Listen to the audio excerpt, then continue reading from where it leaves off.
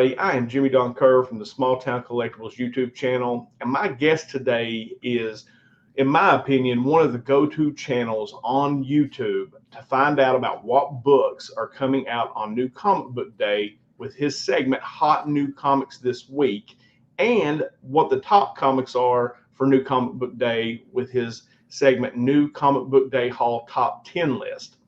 I'm really excited to get to know this guy a little better today. Everybody join me in welcoming to 10 Questions AR Comics.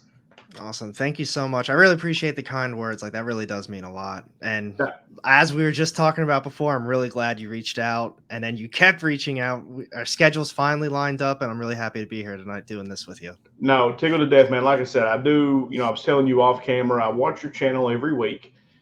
It's also source material for me, as I was telling you, for a segment that I do. They're different segments, but I still want to make sure, because I kind of feel like you're the guy to go to on New Comic Book Day. So I just want to make sure I'm not missing anything. And so, yeah, I'm really excited to have you on. So let's jump in right away. First question is the same for everybody. What or who got you into collecting? Honestly, it was my dad. So my dad is a massive just comic book fan, Marvel fan, not really into DC, but I know I've talked about this with some of my friends because I feel like my whole comic book love and all of this stuff kind of came out of nowhere, but I ended up joining the military, and I'm still out in Oklahoma. My entire family is in Pennsylvania.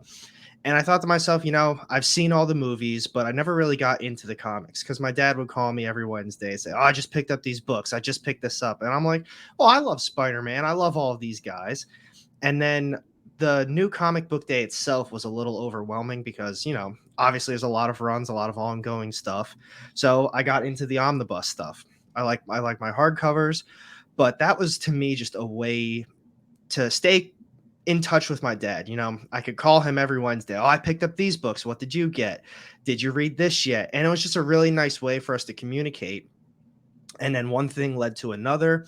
And obviously I can't call him every single day. I can't talk to him like that. And once I got into the Instagram a little bit more, he doesn't have Instagram either. I started doing the YouTube channel, and he told me, he said, "I watch your videos all the time." So then it kind of turned into just a small little hobby to more of a way to just not communicate with him, but he can actually see me. And sometimes he comments on the stuff too. He's a little bit older. He's not too, tech savvy, but it's just really cool to hear him call, or my mom call, and just say, "Hey, I watched your video. I loved it. It's so cool to just see you on the screen, see you being happy." And I think that's where, the whole love of it all really came from, is just being able to stay in touch and just have a little connection with them. That's interesting. So it's not something when you were growing up, he was into it, but it's not something that you necessarily gravitated to as a young person. Is that correct? I did have comics growing up, but I think as I got a little bit older, maybe teenage, high school years, I went away from it a little bit more. I got sports going on and all these other things. And then college, same deal, but I still saw all the movies. And then once Marvel really started taking off, it's like, wow, these movies are incredible. And then, he started getting really back into comics. And then that's when I, started getting into it again with him. And it's been Cool. really fun ever since. Well, that's cool, man. That's a different origin story as far as what anybody's told me is like, I talk about it a lot on here. I had an uncle who was really into, comic books, trading cards, things like that. And I used to go to the flea markets with him all the time. So as a child, I used to go with him, and he would let me read anything I wanted to. And it was, that's what kind of developed the love, for the hobby itself. And he collected. So that's interesting. I actually love that. That, it's just a way to connect with your dad. I think that's super cool. All right. So question 2. Now you've got all those omnibus behind you there. Oh, yeah. And this is a question that I like to ask really everybody as well is, are you a reader, or are you a reader who collects, or are you just a collector? I like to think that I'm more of a reader that also collects. So this kind of turned into my full-time job now, just YouTube and selling. So as far as raw copies, there's not a lot of raw copies that I really hold like dear to my heart. I love hardcovers, and I can blame Gem Mint for that. He's actually one of the first people I started watching a lot of YouTube videos for. It was a few years back now. Probably, I feel like it's probably 3 or 4 years at this point, but I messaged him on Instagram. I think he only had 15,000 subscribers at the time. And I was like, wow, all right, so I'm getting in the comics. I'm never obviously going to afford some of these, but they have these things called omnibuses. So I started buying them up, really started getting in depth with the story. And that's when, I don't want to keep harping on it, but, I talked to my dad and he's like, yeah, you just found out about these. They're incredible. And I was like, all right, here we go. And then from there, I found out there's indie books, there's manga, and the collection is just growing. Most of these, honestly, I've read most of them. The Marvel ones I haven't really read as much, but all of the Berserk that's up there, and then Walking Dead, the indie ones, I've read all of those. And the indie books are actually the stuff that I really love. Cool. So that was actually going to be my next question. Like, when you buy the omnibus, do you go back and read the older stories? Like, that's something that I like to read. I read a lot, and not just comic books. Comic books are my release, right? That's my happy place. That's your fun stuff. Yeah, that's the fun stuff. So do you enjoy going back and reading? Like, have you read a lot of the older stuff, like say the original Spider-Man run? Like, have you gone back and read things like that? So I've got 1 and 2. I got volume 1 and 2 behind me. I think I have 3 back home in Pennsylvania. I have a lot of my stuff back home. Obviously, I can't keep it all out here with me, but it's more of that I won't sit down and read the whole book, like front to back page. I'll skip through, read some really important key issues, some of the stuff that lines up with the story as well, like a nice little arc. And then maybe I'll go back and reread it one day. But as far as the older stuff goes, I probably won't do that because I kind of feel like with a lot of the newer omnibus, it's more of an entire story is in it. So you have to read the whole thing to it's all together instead of just, back in the day where it's just issues 1 through 50 and each issue is kind of different. So I skip around a lot. Newer stuff, I'll read the whole Omni or this whole hardcover. So what is it about the indie books that really draws you to those? So I think for me, that's when I started getting back into Marvel. Superheroes, I'm not going to say they're kind of overplayed because obviously I love Marvel. I love Spider-Man and all that stuff, but there's something about an indie story that just kind of clicks a little different with me. I love just the setup of it. It always feels so different. And instead of just a new writer, say, taking over Spider-Man or Batman, there's a ton of different stuff on Batman. This, for example, even, Walking Dead, East of West, it's just such a really unique story. And a lot of times those stories just, those stories connect to me a lot different than just another superhero story. Cool. No, I think I find myself going to the indies because I've not gotten into the omnibuses. It's something that I've actually considered to go back and collect some older issues, to really read them and kind of read the early history of those books. But the indies, I think you said it very well. The stories are unique. You don't have to follow, something. These new writers today don't have to follow something that's been written for the past 70 years. They get to basically take their own idea and put it out on paper. And so I think that's why indies are so hot today. I agree with that too. Just for a pure example, you got James Tynion. He's writing Batman. He's going to be off Batman soon, but his work on Something Is Killing the Children and Department of Truth, there's nothing like that on the market. He himself, just one single writer, has created 2 insane stories, completely different, that everyone is obsessed with at this point. Something Is Killing the Children, the first issue, I don't know right now, but I know for a minute it was selling for around $1,000. That's insane to me, and it's just such a cool story. Yeah, no, absolutely, I agree. Tanya, I'm a big Scott Snyder fan. I enjoy Snyder's work. He's got Nocterra right now. I've really enjoyed Undiscovered Country, which is Undiscovered Country is incredible too. Yeah, which is a completely, you would never get that kind of title necessarily under the DC or the Marvel label per se, because like I said, you've got a history that you've got to kind of, or continuity that you got to kind of stay with. So yeah, that's interesting. So no, that's cool. I find that more and more with people though, is that indies seem to be where a lot of people go, and they still read because I still have the nostalgia, and I'm sure you do too. I'm a DC guy. I love DC comics. I love Superman. I love Batman. The Flash. I love all those guys, and I still get those books and I still read them just because of the nostalgia part. But a lot of times, the first books that I go to, or the indies. Yeah, so I think that's interesting. All right, so let's talk question 3. Let's Okay. talk about your YouTube channel.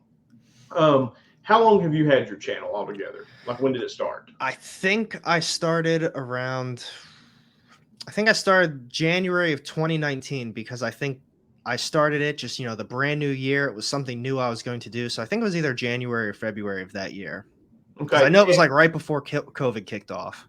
so, and that's one of the questions I like to ask. Was it like COVID boredom that got you to start? Or, and I know you said it was a way to connect with your dad. But was there another reason, like, like, hey, I'm looking for something to do. I want to share what I'm doing here. I think I've got something I can share, with the comic book community. So in the beginning, to be completely honest, so I started off on Instagram. I was just taking casual pictures of some new books, and then I would write a review of it. So I just, for example, Spider-Man, I would take a nice picture of it, best of my ability, and I would just break it down. This happened in this issue. This is what I thought about it, and I would give it a little rating, like out of 10. But a lot of people honestly started asking me about, well, do you do videos? Do you have a YouTube channel? And it wasn't just a couple messages. And at the time, I only had, I think, 1,000 followers on Instagram, and I started getting maybe 10 messages, 15 messages. And I thought, all right, well, maybe I'll give it a shot. And I started doing the videos. And to be honest, I absolutely hated doing the videos. I didn't have fun doing it. I had no idea what I was doing. I've never been on a camera before. I have no idea how to do editing, lighting, all of that stuff. So I took a long break, and it doesn't help that COVID kicked off too, because they stopped all the book productions pretty much. I thought to myself, cool, that's good. This is my excuse to not do videos anymore. But I started doing other videos, like little hauls here and there, because I thought those were cool. I like to show off what I pick up. But I took a nice long break, re-picked it up, I think July, pushing August, and I don't know what changed. I don't know what clicked. Maybe, I really don't know, but I love doing it right from the start, and it just felt like a really nice way to connect with a lot of people as well. We talk comics. I've made some speculation videos in the past, but there's a lot of people out there that do that. And there's obviously a lot of people out there that do it way better than I do. So I tend to stay away from that. It's just, I want to talk about books. I want to talk about the new stuff coming out and just what other people's opinions on it too. Cool. So that's the other question was, has your content changed a lot since you started? Like, did you, let's move to question 4, because I think we can better cover that here. So question 4 is, as I stated in the introduction, your content centers around New Comic Book Day. Mm-hmm. The majority of it anyway, centers around New Comic Book Day. What caused you to gravitate to that? I'm not entirely sure how it happened. I know I started off talking about some of the new books that were coming out. I think I only focused on Marvel and DC, and then from there it was Image and Boom, brought in Dynamite as well, IDW, Dark Horse, and it turned into talking about all the smaller indie publishers, basically for, my own personal love of indie books. It was mainly like, all right, cool. Well, I already read Image and Boom constantly. Why would I not talk about these books too? And then I found out there's so many small publishers that don't get the recognition that they deserve. Some of them, for example, like we have AWA Upshot. I absolutely love AWA books. Almost every time they come out with a new series, it's always a must get. They're all fantastic. I wish they would go longer with them. They're all 5-issue mini runs, sometimes 6, maybe 8 at the most, but a lot of them could be some solid ongoings. Even Scout Comics, Vault, Behemoth, all extremely solid publishers that come out with really good stuff that deserve to be talked about. So that's why I kind of stayed away from just speculation because, like I said, there's a lot of people out there that do that. And there's a lot of people that do it way better than I can. They'll put the time and the effort into it, and they really make a good video. Because we were talking about Comic Tom before. And, there's a lot of people that don't like the speculation stuff that they put out because they think it's bad for not the community, but bad for the hobby in general. But the amount of work that goes into making one of those videos is insane. Just the top 10 and then the hot list. He's getting all of these numbers. He's got to do the research on these books. And like I said, I'm not the biggest fan of speculation either, but man, you got to appreciate the time and effort that goes into that stuff. It's fantastic. So I let the professionals stick to their thing, and I just talk about new books. So, and you're right. There was one, Comic Tom was on 10 Questions at one time, and that was one of the things that he really talked about is how much work goes into doing what he does. So that kind of leads me to what you do. You highlight a lot of books on New Comic Book Day. like how much time are you spending really doing that research? Because I know the first appearances and key issues video that I do, I pretty much work on every day Yep. for an hour, maybe hour and a half, depending on how much time I have that particular day. I pretty much work on it every day. So, like for you making that content, about how long would you say goes into each video? So, all right, for example, the top 10 list. The other video takes a long time, but just the top 10 books that I get. My comic shops out here in Oklahoma don't really open until noon. So I go to my shop. It's about 35 minutes away, 30 minutes, depending on traffic. Get my books, come home, read them immediately. And basically from there, I start making the video right away after I read them. But the thing is with that, now on Wednesdays, I also do the experience live streams. It's basically the Dynamite guys, Mm-hmm. Nick Barucci and then Rex Wang. Nick Barucci's not always on, but we also have John as well. So I do that live stream too. Usually that's 5 p.m. Central Time. So that's when I have to stop doing my video. And then that live stream's a couple hours. I pick my stuff back up, and usually I'm up until about 10, 11 o'clock at night. And by the time I rewatch it, upload it, and get everything, make sure it's good to go. It's usually around midnight at that point. That's just for that video, and that's all on a Wednesday. The other one I might film it for a day. The notes might take a night, and then editing, I can usually get it done in an entire day. Usually I'd say when it's all said and done, it's about 9 to 10 hours worth of work. Because a lot of people ask me too, like, why don't you do more videos? That's why I can't do more videos. All of my time is going into just those two. Now, if I made stuff that doesn't really require a lot of editing or a lot of, just added stuff, I'd probably put out a few more things. But I try to do the best quality that I possibly can. I'd rather focus on, which is pretty much why I dropped the speculation a lot of comic book hauls, because I wanted to focus on the two videos that I do. I'd rather make them the best that I possibly can before I start working on another project. I mean, I think that makes sense and you're right about the editing part, because when I started doing this, I knew nothing. I Like still know nothing. me too. I mean, if I'm being honest, I mean, my daughter was editing my videos at the very, very beginning, and that's why my first several videos are better than they are now, because she actually knew what was going on.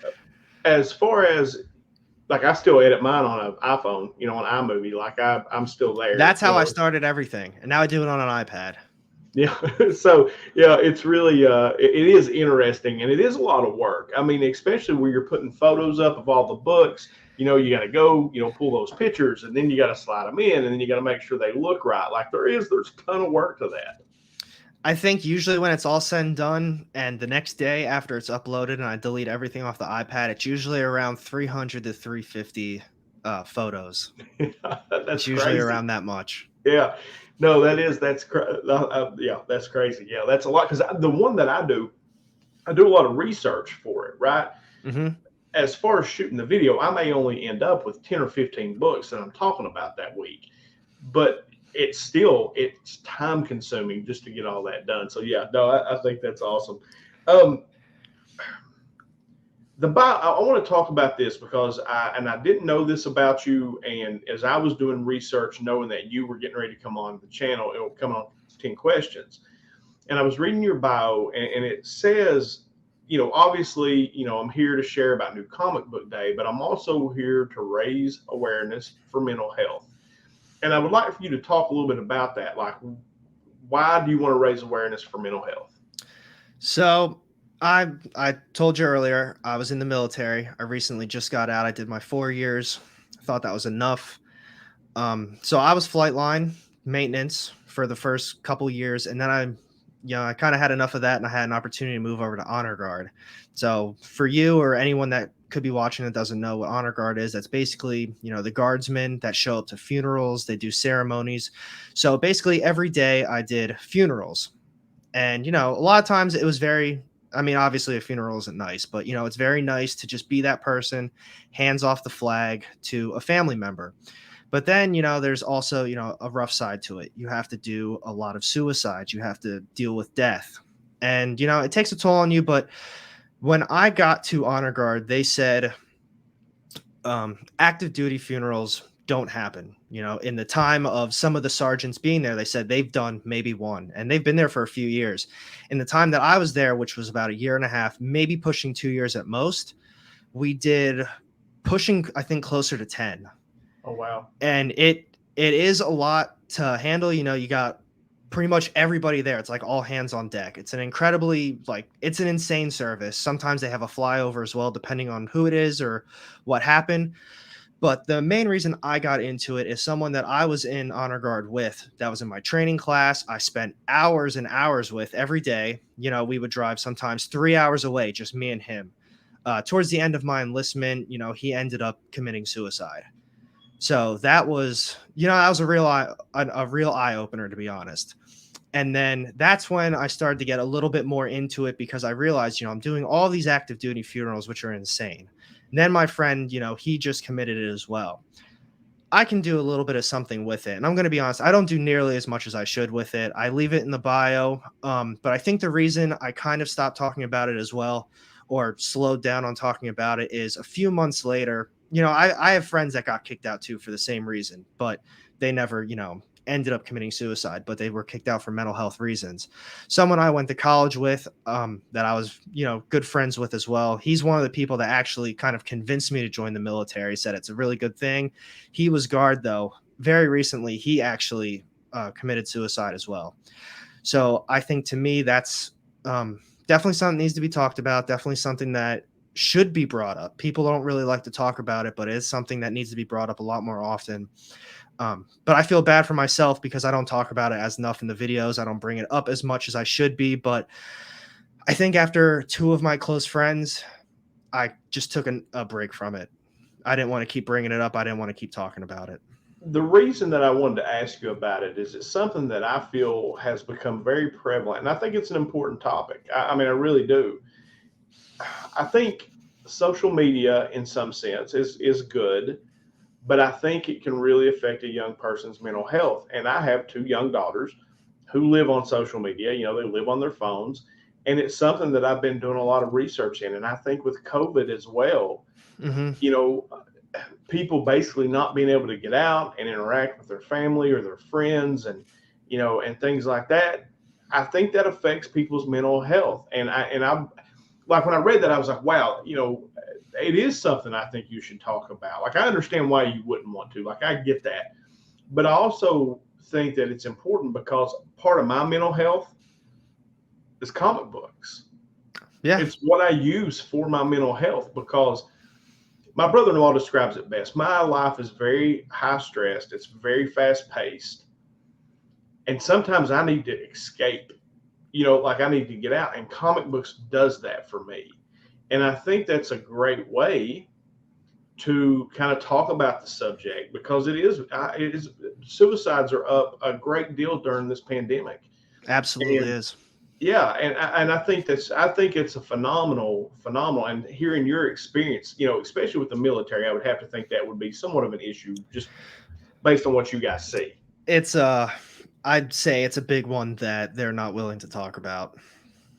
So Yeah, no, I think you're probably right about that. But yeah, I think, using your love of comic books and using this hobby that we love to talk about that very, very important subject, I think is brave, and courageous. And because it is difficult, especially where you've been the last 4 years, essentially in an organization that doesn't necessarily want to talk about it, but it has a great impact on our people. And then for me, it's all about, like I said, myself trying to deal with my day to day, but also my children. And I see sometimes what a social media post will do to them if they don't get likes, if they don't, yeah. and trying to keep that. Yeah.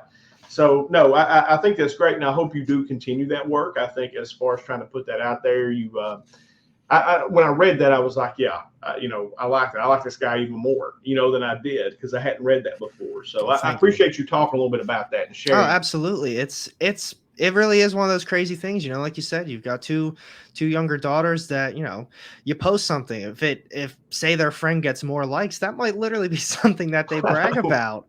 And it's insane. And for someone that young, that's really going to have an effect on them. And even in the military, these kids are 18 years old. Some of them are 17 that can get a waiver signed by their parents to join.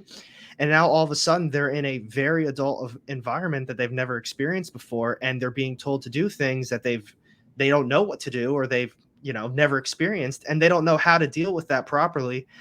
And they see themselves being stuck because now they're locked into contract too. They're scared, it's one of those things, and just not enough outlets. People are scared to talk about it in the military.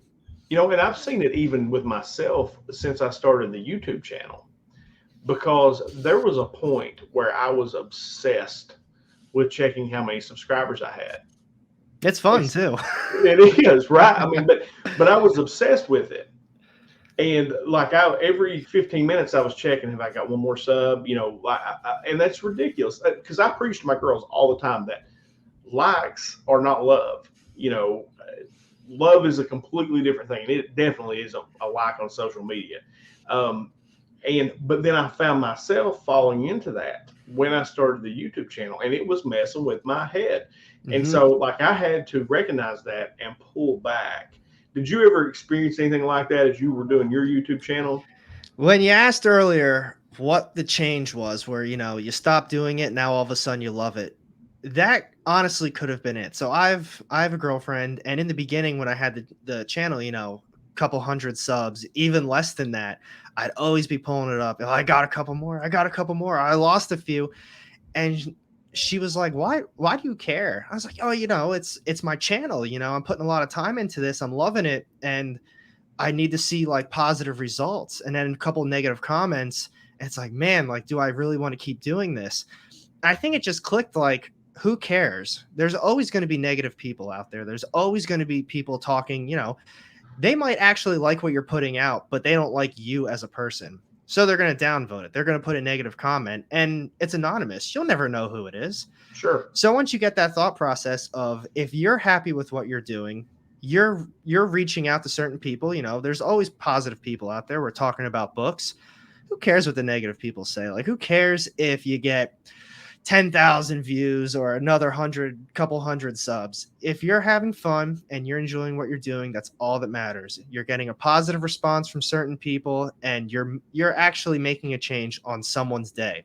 The fact that some people literally reach out and they said, like, even when I first started doing the mental health, they said, your videos, they really helped me through. They really helped me with some of these things. And me, I'm thinking that's impossible. It's like, why does this help you? But you know what? To someone it might, and that's the important thing.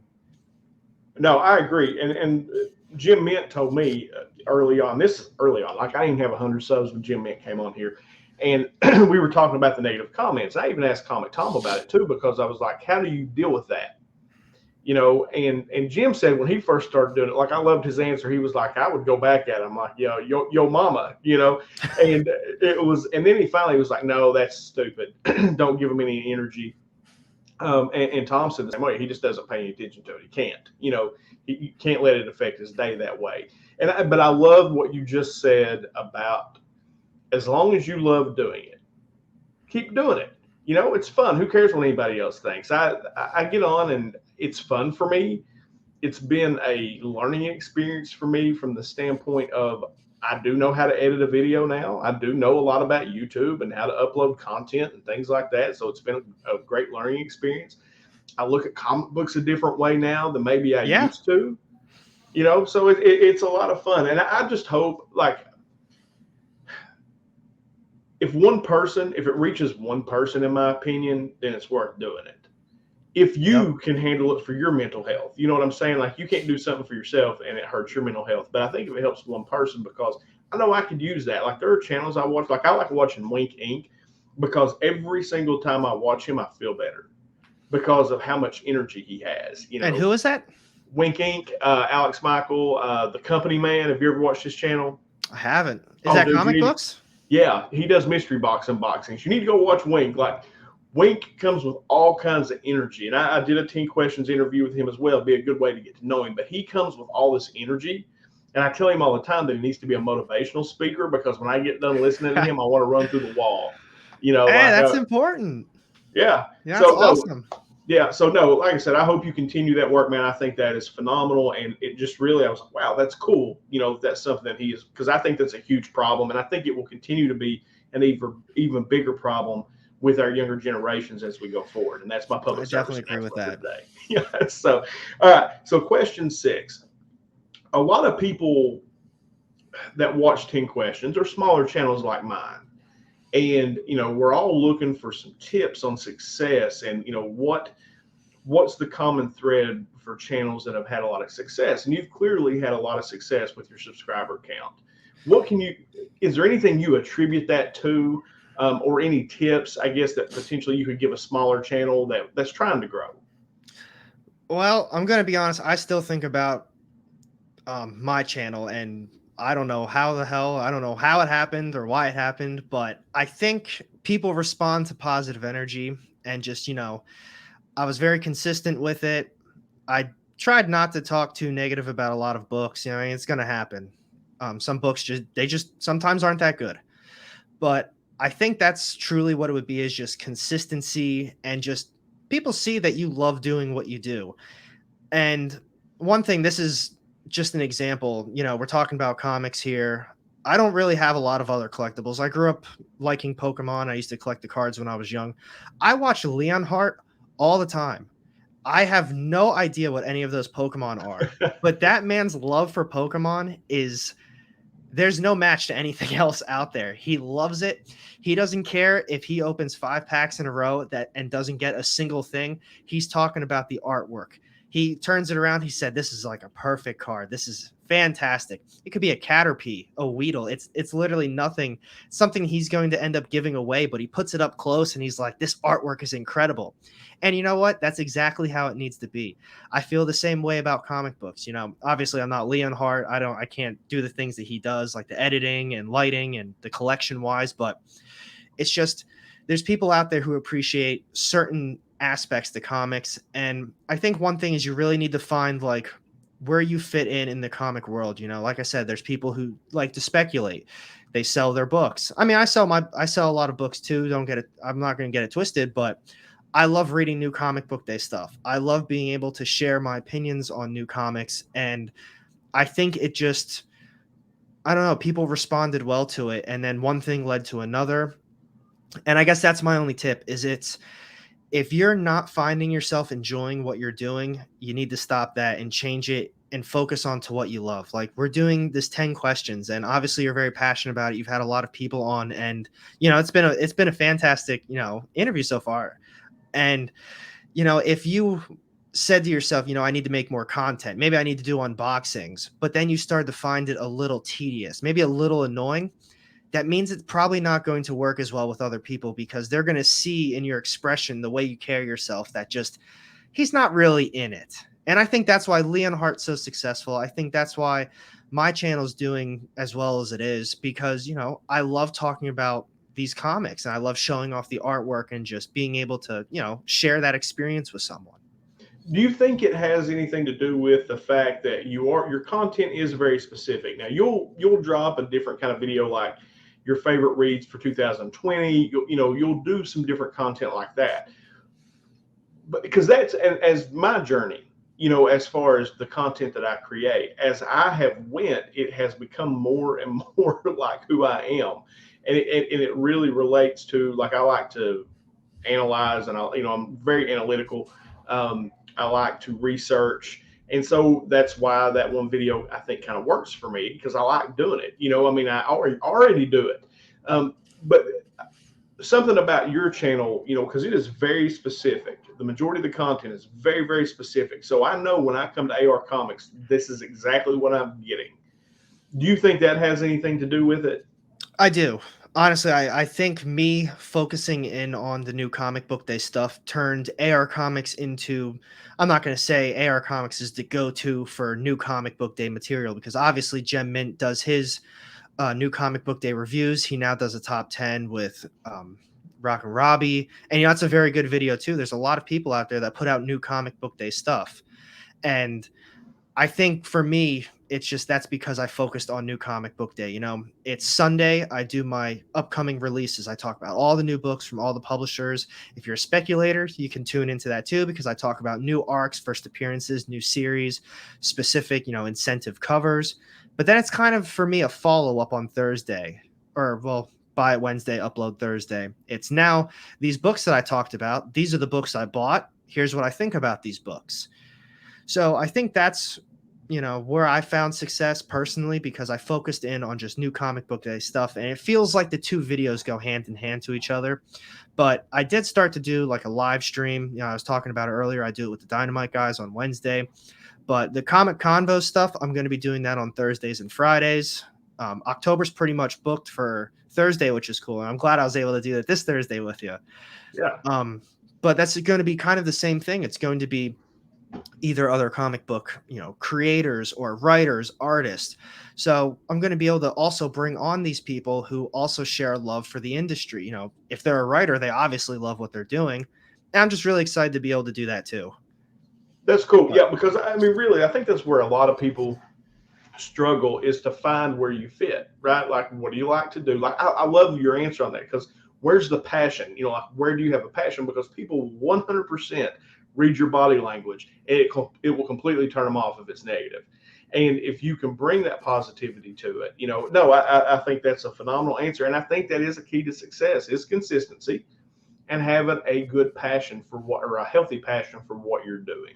So yeah, I love that, man. And I think that's why I even not steered away from just hauls, because I like showing off new stuff that I pick up. I think that's fun, but it turned into work instead of just a fun thing that I'm doing. I mean, obviously the upcoming releases, that's a lot of work, but it's still fun stuff, because I get to look at it too, like, oh, this new book's coming out, I cannot wait for it.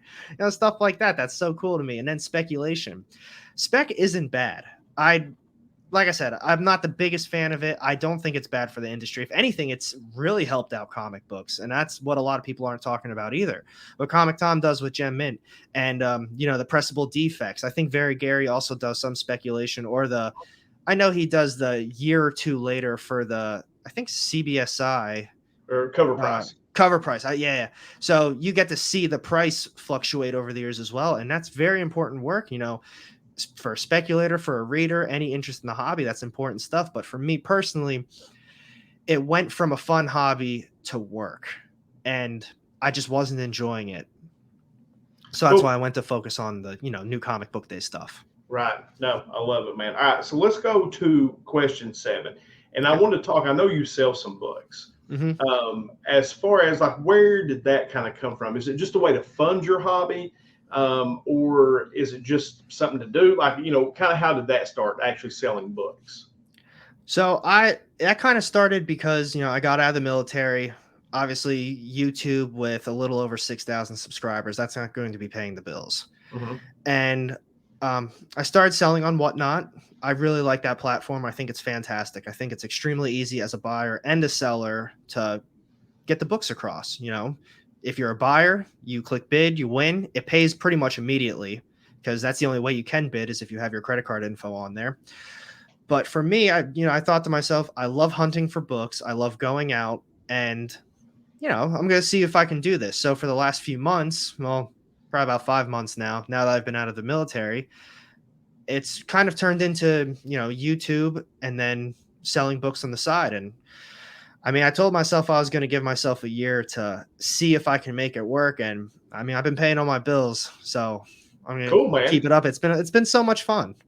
Well, that's cool. So like, do you go hunt books at like antique shops, or, or flea markets, or back bins at LCSs, and you find some hidden gems, and then you can take those and turn those in, or find a great deal, like I said, on eBay or even Whatnot, for example? Is that kind of what you do? How do you come up with your inventory? I try to go a little bit of everything. Flea markets, I've had some pretty rough luck on eBay. I've gotten a lot of damaged books. I've had a lot of people who weren't willing to refund it all, so I had to go through eBay. It was kind of a hassle. I tend to stay away from there unless if I'm getting kind of a cheaper book or something I don't particularly care about. But LCSs out here in Oklahoma, there's not a ton of dollar bins, and just it feels as if there's a few shops out here that actually price a lot of books at the register, and that irks me to the core. It's like, if you have a brick and mortar shop, This is your day-to-day job. This is your business. You can price your books however you want. I truly don't care. You can price $1 book for $100 for all I care. But it's the fact that I'm spending hours in your place. I'm taking a stack of books up to you, and then you're telling me the price isn't right on them, or none of your books are priced to begin with. I think that's very shady. That's not something I like, but I know I just tend to just dig in a lot of back bins and going from there. I've had some luck recently.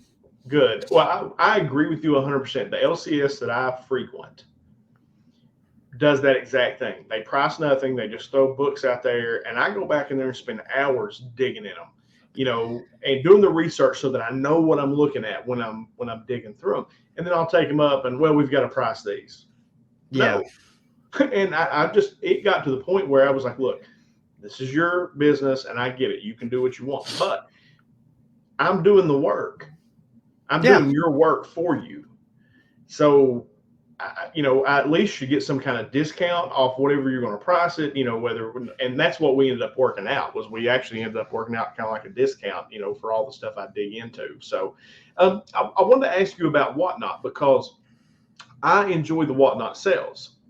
It allows the person selling to have a little personality, with what they're doing. It also, it's not like eBay where you're on there. There's still a community aspect to it. And I'm like you, I bought a lot of stuff off eBay. It shows up damaged.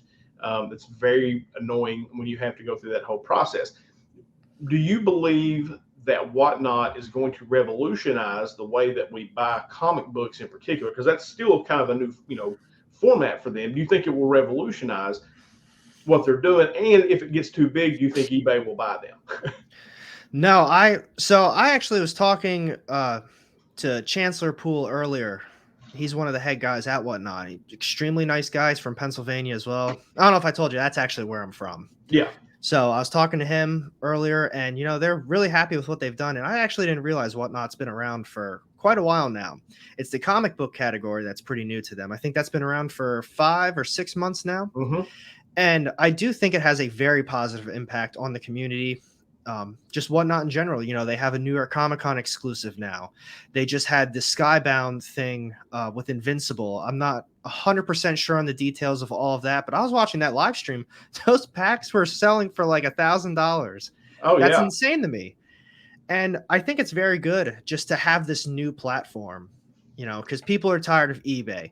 There's people on Facebook and Instagram that, I'm not saying they're going to go out of their way to scam you, but there's some people out there that will go out of their way. They're going to get the money and then they're going to delete their account, stuff like that. That is a problem. But at least on Whatnot, your info is already there. Yes, you can cancel. Yes, you could, you could bid up a lot of money and you can cancel it. I'm sure that probably has an effect on your account. I'm not 100% sure, but you're not going to get scammed. And say you feel as if, whatever you bought wasn't good, you can give them a negative review.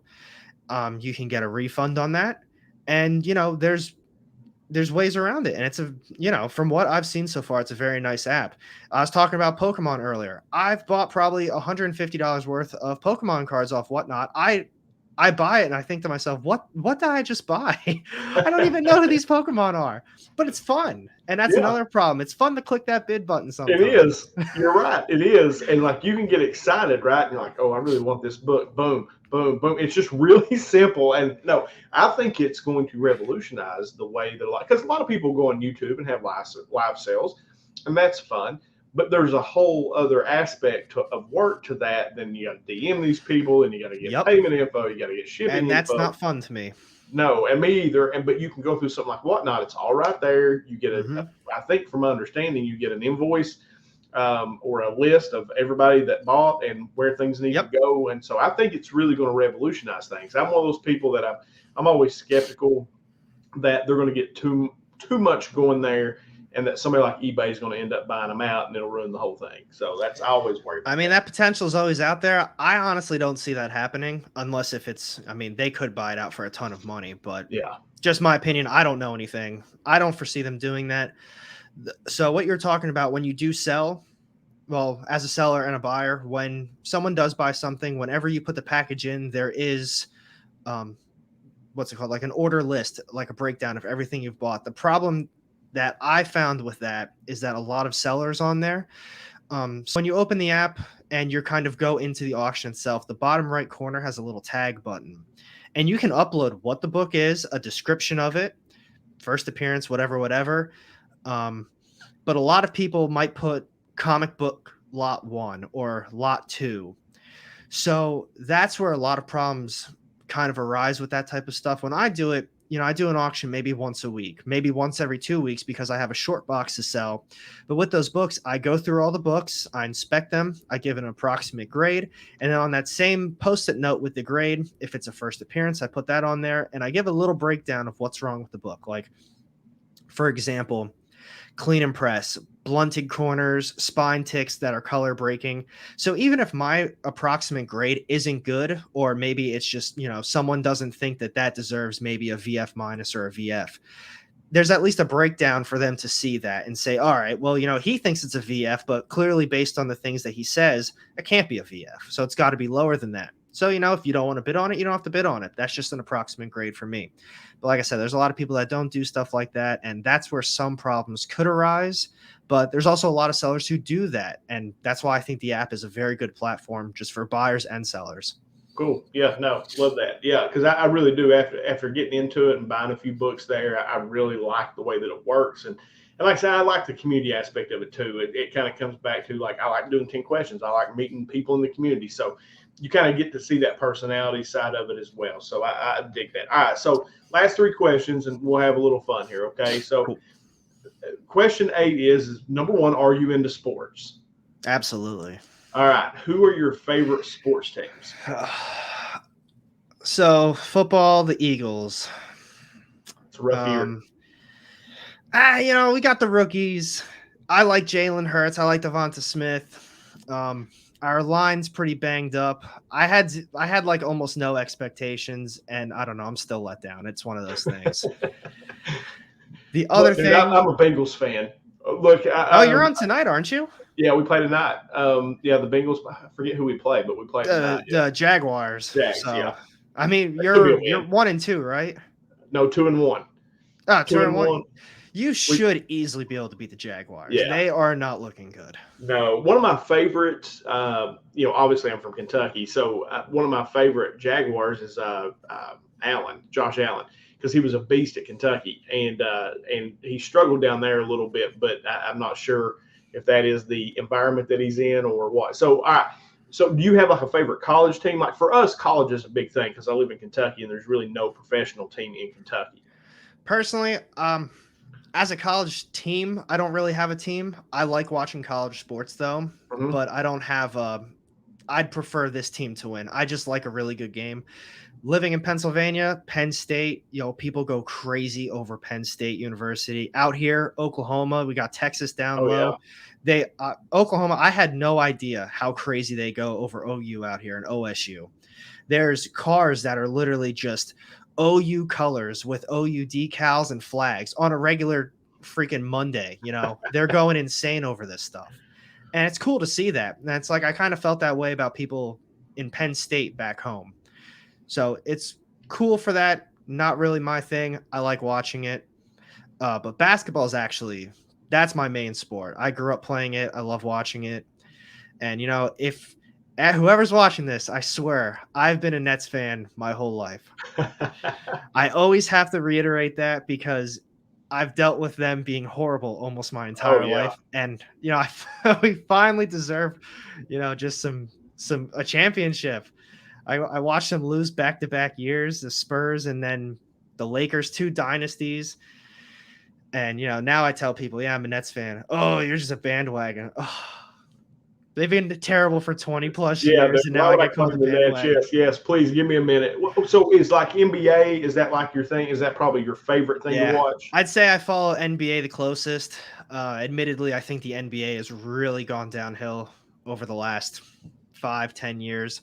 I think the super teams, like literally what the Nets did, I think that is what's wrong with the NBA. Them just calling each other, KD, Kyrie, James Harden, let's play together. Am I going to be the one that says, no, I don't want KD, James Harden, and Kyrie on my team? No, I want to win a championship. But I do think that's the problem with the NBA. LeBron did that down south. Now the Lakers have a team like that. Cleveland was that way, and it's just not good for the sport to have all of the max players on one team, and they're just kind of working out the details of their contract. Yeah, It's not no, right. I don't disagree with that at all. Like I follow the NBA pretty closely as well. And when you're in Kentucky, if anybody's watched this before, I say this all the time.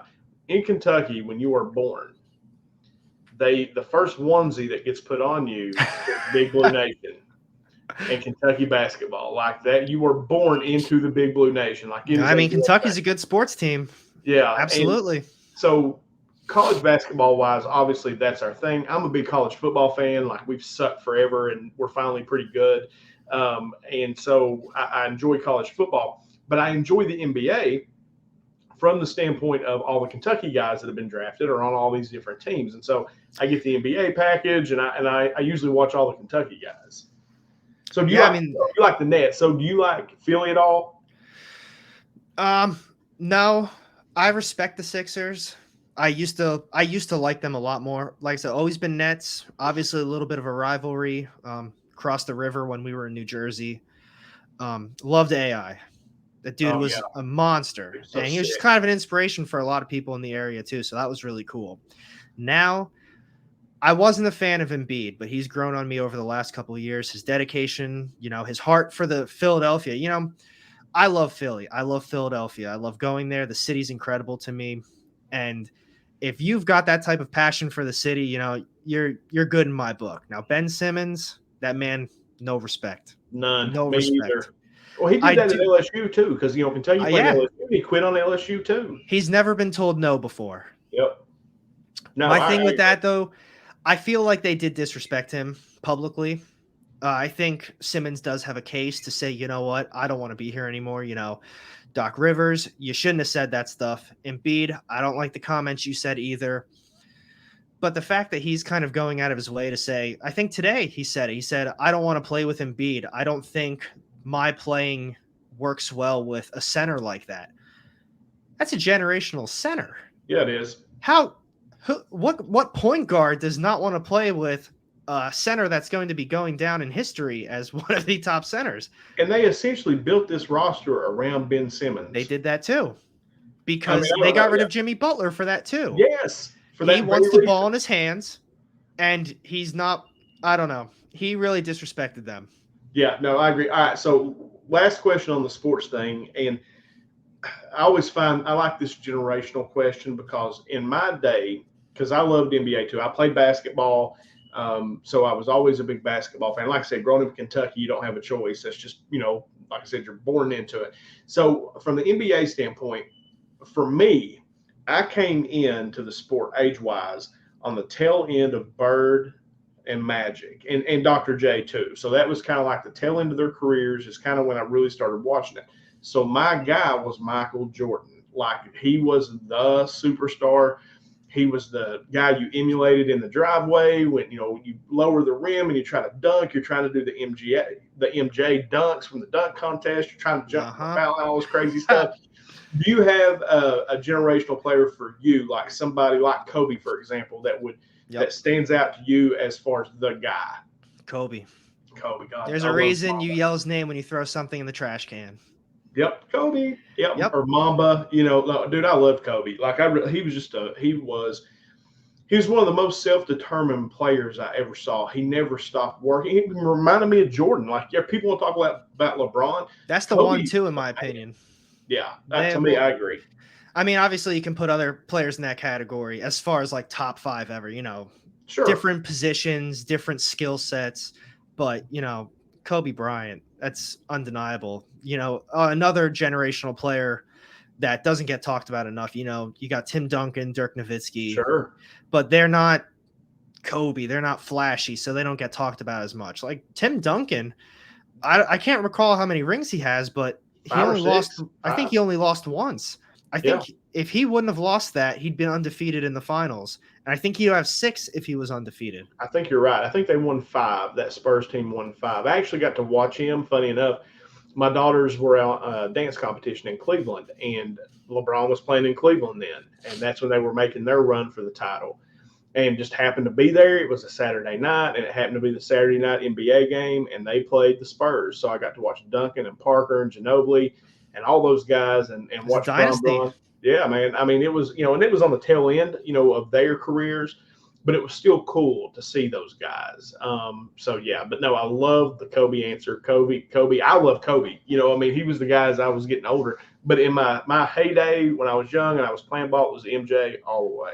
So I think growing up, my favorite player to watch, I mean, he's definitely changed over the years, but Jason Kidd, oh yeah, I loved watching him. He's not he's definitely ran into some problems as far as the coach goes. I've seen a lot of really negative things about him and how he's treated players. So as a person, I can't really vouch for him too much, but I've got to say, as a player, man, he can run an truth, offense. baby. Yeah, he could. He was the truth for sure, man. All right, so question 9. And again, just so the viewers kind of get to know you a little better, if they don't know you, like, are you into music at all? Like, do you have a favorite band, somebody that you watch? What do you listen to? Man, I like a lot of music. I have a very wide range. This is going to sound crazy. Some of my favorite bands, I'll die on this hill. I think Freddie Mercury is one of, if not the best singer of all time. I love Queen, but then on the other side of it, emo phase, I love My Chemical Romance. Those are two of my favorite bands. Cool. But then rock, Iron Maiden. I rock Iron Maiden and Kiss shirts all the time. So Love it. there's a lot of music that I listen to. Can't disagree about Freddie Mercury. He is one of the best frontmen to ever live, and the way that he sang and the creativeness of what they produced. The different, because their music is very eclectic, like it's very different. It's the crazy. songs, yeah, it's crazy. And so I love Queen too. I think we were talking off camera. I'm a big Metallica guy. I just got back from the Metallica show here over the weekend. And are you into any country, any rap, anything like that? Does it span that far? I like rap as well. More older stuff. To be honest, I really don't know a lot of new rap. I think the last of the newest stuff that I actually know really well is like 50 Cent, Kendrick Lamar, stuff like that, J. Cole. But outside of that, I don't really know a lot of modern stuff. I actually really grew up listening to like Wu-Tang Clan and stuff like that. Yeah. That's Notorious B.I.G., East Coast, you gotta love them. Even growing up, it's like, well, are you Biggie or are you Tupac? Right. That's like a big thing growing up for me. I feel like I'm really not that. I mean, I'm about to turn 29, but just to be in elementary school, just are you Biggie or Tupac? Man, Biggie, it's cool stuff. I love country it. though. Go ahead. Not a country guy. I'm gonna be honest. Came out here, everyone loves country, and it's like, oh my god, this is not for me. I like old school country. Like, I heard old stuff's a lot better because that's like country real music. country. Yeah, what's country music? It's this stuff today is bro country or whatever I could get on. My musical taste is very eclectic as well. Like I like a lot of different things. I lean more into rock, like Metallica, things like that.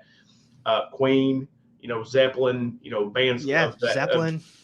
Bands like that's what I lean into. And most of my old school stuff, like I miss Wu-Tang. Like I'm older than you, so I miss Wu-Tang. Like mine was NWA. Oh yeah. Eazy-E, that's what it was for me. So no, I always think it's fun to hear what kind of music people are into. All right. Oh yeah, I prefer the older stuff, but it's all over the place. Yeah. All right. So last question. Question 10. Any grails that you're chasing? Anything that you're trying to hunt down? Like, is there anything, or like an omnibus that you really, really want? Like, is there anything like that out there that you're searching for?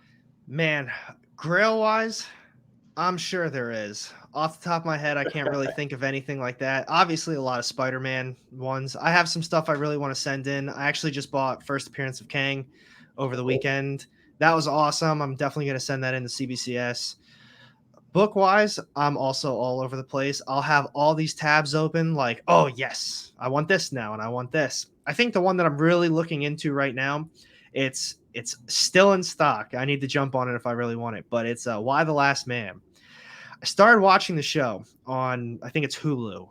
I think it's fantastic. I've seen a lot of people talk negative about it. I think it's very good, but I'm about 3 episodes deep, and now I want to read the book. I want to really experience it and then go back to the show and see what the real differences are. But other than that, off the top of my head, I want to complete. I've got some Ninja Turtles and Power Rangers back there. I need to get some more of those. I don't even want to start on the Power Rangers or Turtles before I get like all of it, or at least, a good amount of it. Right. Because like with Berserk back there, I think I got all 8 of them. I haven't read the 8th one yet, but those first 7, I read the first one in one sitting, and I was literally obsessed and hooked since. And I read the rest of the 6 pretty much back to back, like immediately in one sitting. That's awesome. So, That's something I haven't read, and I have heard that is fantastic. Like that's something I want to look into. now I'm going to be honest. I've never read a single manga. I wasn't even into anime. And now I read manga. Now I watch anime. And I blame Jem Mint for this. That hands down, he's talked so highly of Berserk. And I thought one day, I was like, you know what? Screw it. I'm going to get the first one. We're going to go from there. I always thought The Walking Dead was one of the best things I've ever read. I thought that was a very just nice, complete story. There's obviously some slow parts in it, but I'd say for the most part, I read all 4 of those compendiums in a couple week time span. But Berserk, that is a story that right now, that's actually the best thing I've ever read. Wow. I think it's cool. Phenomenal. It's not for everybody, but it's phenomenal. That's cool. Man, that's 10 questions. That was fun. That was a lot of fun. I really enjoyed that, man. And I really do appreciate you coming on. As there are a lot of channels out there that I look up to, that as I'm trying to build what I do and find my way in this YouTube journey, there's a lot of channels that I look to, and yours is one of those. And so I really do appreciate you coming on and taking the time to sit down with me. And seriously, I really do appreciate it. This was a lot of fun. You took time out of your busy day. I know you have a busy schedule, and I really do appreciate it. Sitting down with me, I'm nobody. And the fact that you're saying all these nice things like that, I really do appreciate it. That does mean a lot. My one thing for you is keep doing this. This was a lot of fun. This 10 questions. I don't know anyone that does this. I haven't seen anyone else that does something like this. And it's really a nice way to just meet someone, because not only are you just asking me questions, but it kind of goes back and forth. You're filling in some blanks too. You're kind of giving your own personal opinions on certain things, music, sports, things I would have never known about you. And now, feel like we really, met each other on this. And this was just a really awesome experience. So my thing is definitely keep doing this. Annoy the hell out of everybody. Get everybody to do it. It was a lot of fun. Thank you, man. No, it is. If I stopped making any other content, I would still do this because I love this. Like I know now, I always kind of thought this just watching your channel, but I know now if we met in the really real world, we can hang, like we would be boys, like we would hang out because we have a lot in common. And no, I really do, man. Keep doing what you're doing. I hope that you will continue that work with the mental health aspect. I think that is such a cool thing, and I think an important thing. And so I hope you see your way to continue to maybe do some work on that. And guys, I'll put all AR, if you don't know who he is, I'll put all this stuff down here in the description below. Make sure you go check him out, especially if you're looking for New Comic Book Day, what's coming out, and to get a really good idea of the books that are coming out, as well as the books that he goes and picks up himself and reads, and then he kind of tells you about them. So it's very, very cool. I love it. Of course, I want to remind everybody, the Road to 1,000 subscriber giveaway is tentatively scheduled for October 8th. That'll be next Friday night. We're going to have a big party. We're going to have a lot of fun. We're going to give a ton of stuff away. It's going to be a good time as we celebrate that milestone. And then, of course, as I always remind you at the end of every show, my code was Street Level Hero LA. That's STC10.